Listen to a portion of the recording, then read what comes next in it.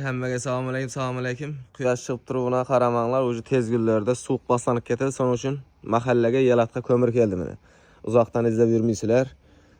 Aytgan sistemasida klassi 2000 so'mdan xaltalangan, dastlabkisi ham ichinde, ekranda telefon nomeri o'zidan uzoqda turib, chetda turib, kartaga pulni tashab, uyga olib borib beringlar. 500 kilo 1 tonna desanglar ham unda ham variantlari bor edi. Ko'rganlaringizda ko'mir boyavoyli ekan.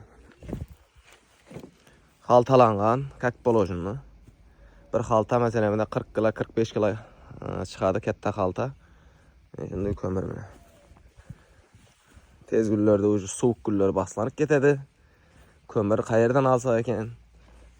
Ne alsa ekan deb o'ylanib yurganlarga bu videoni yuborib qo'yasizlar. Ekranda telefon nomer aloqadasilar xaltalangan, kak bolojunlu, dastlabkisi ichinde klassi 2000 so'm telefon tabersizlar. Hammaga rahmat.